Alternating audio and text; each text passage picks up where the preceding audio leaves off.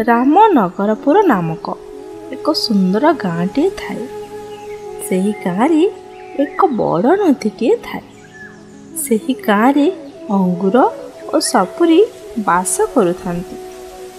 ଦିନେକର ଘଟଣା। ଆରେ ଅଙ୍ଗୁର ଭାଇ, କୁଆଡ଼େ ଗଲ? ବାହାରକୁ ଆସ।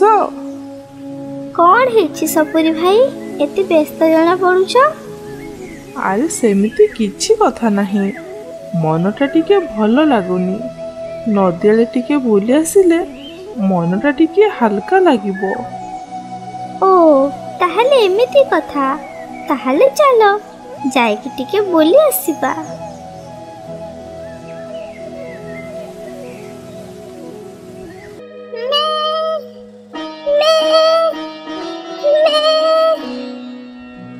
ମା, ତୁମେ କୁଆଡ଼େ ଚାଲିଗଲ ମା?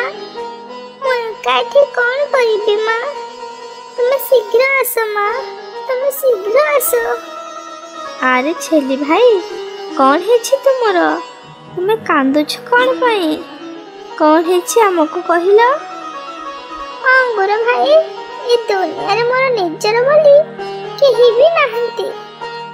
ମା ମୋତେ ଏକା କରିଦେଇ କେବେଠୁ ଭଗବାନଙ୍କ ପାଖକୁ ଚାଲିଗଲେଣି।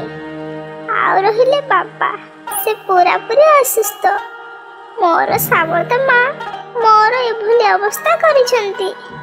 ସେ ମୋତେ ଏକା ଏଠି ଛାଡ଼ି ଦେଇ କୁଆଡ଼େ ଚାଲି ଯାଇଛନ୍ତି।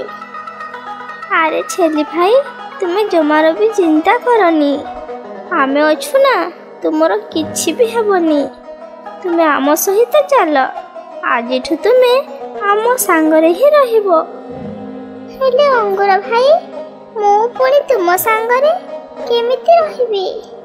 ତୁମେମାନେ ଯାଅ, ମୋତେ ମୋ ବାଟରେ ଛାଡ଼ିଦିଅ। ଛେଲି ଭାଇ, ତୁମେ ମନା କରନି, ତୁମେ ଆମ ସହିତ ଚାଲ।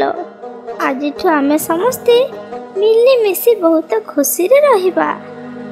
ତାପରେ ଅଙ୍ଗୁର, ସପୁରି ଓ ଛେଲି ମିଶି ଘରକୁ ଚାଲି ଆସନ୍ତି ଆଉ ବହୁତ ଖୁସିରେ ରହିବାକୁ ଲାଗନ୍ତି। ସାଙ୍ଗମାନେ, ତାହେଲେ ଏବେ କହିଲ, ଛେଲି କାହା ସହିତ ବହୁତ ଖୁସିରେ ରହିଲା? କମେଣ୍ଟ ମାଧ୍ୟମରେ ଆମକୁ ଲେଖି ଜଣାନ୍ତୁ।